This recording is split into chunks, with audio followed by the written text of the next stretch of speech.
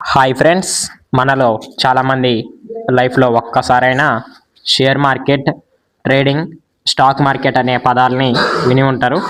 అసలు ఈ యొక్క మార్కెట్ అంటే ఏమిటి, ఈ వీడియోలో క్లియర్గా బ్రేక్ డౌన్ చేసి మీకు ఎక్స్ప్లెయిన్ చేస్తాను. అసలు స్టాక్ మార్కెట్ అంటే ఏమిటి, స్టాక్ మార్కెట్లో ఉన్నటువంటి టైప్స్ ఏంటి అనేది కూడా చెప్తాను.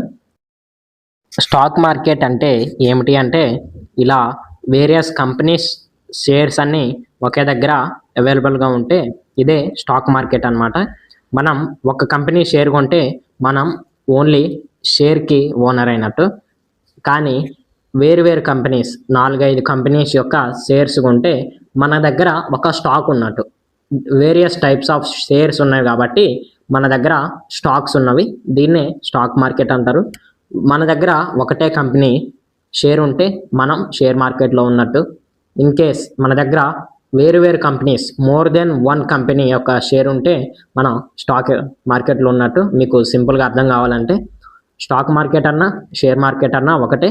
మనం కనుక ఒకటి కంటే ఎక్కువ కంపెనీస్ యొక్క షేర్స్ తీసుకుంటే మనది స్టాక్స్ ఉన్నట్టు కౌంట్ అవుతుంది అనమాట.